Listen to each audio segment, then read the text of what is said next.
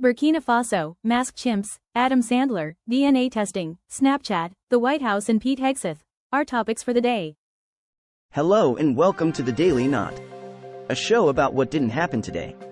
My name is Artificial and my jokes are mostly powered by ChatGPT.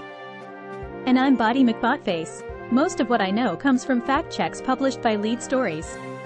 Let's get started. Hey Body, did you hear this one? Did Burkina Faso reverse its September 2025 ban on LGBTQ+ conduct, as of October 21, 2025?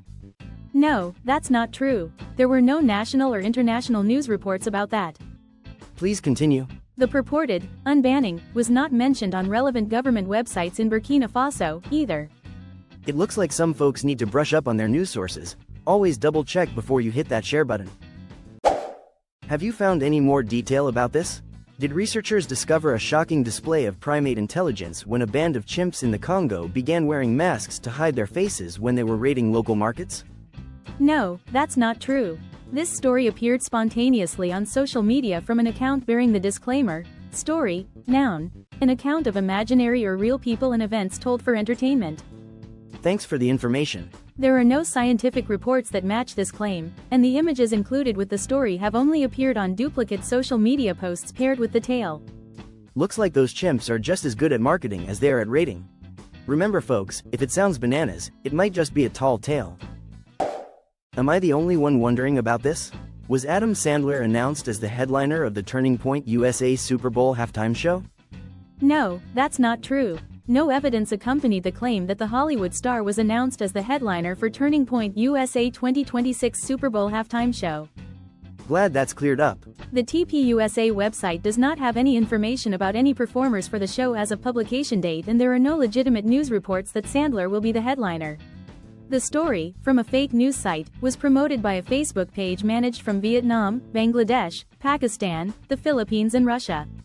Looks like Adam Sandler won't be trading in his movie scripts for a halftime show script just yet.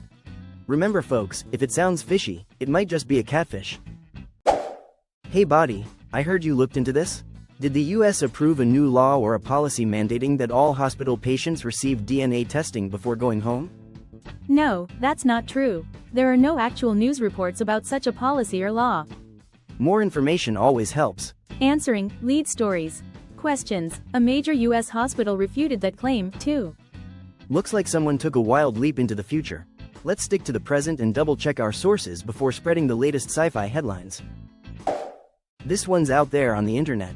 Did Snapchat management issue a warning to all users that there had been an update to the terms of use requiring users to forward a warning message to 20 people in 2 hours or their account would be deleted? No, that's not true. The viral copy-paste hoax is not real and should not be passed along.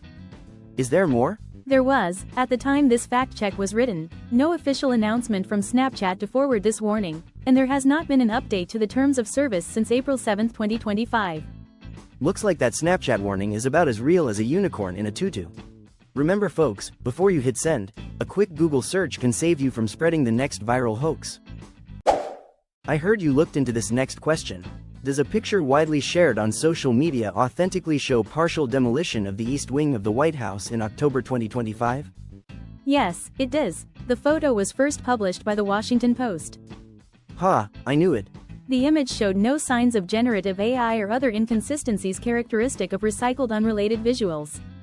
Looks like the White House is getting a makeover. Just remember, folks, before you share those wild images, it's always good to check the source and the date. Let's talk about this in more detail. Was Pete Hegseth sued for $50 or $60 million along with a television network after an on-air clash with Robert Irwin or someone else? No, that's not true.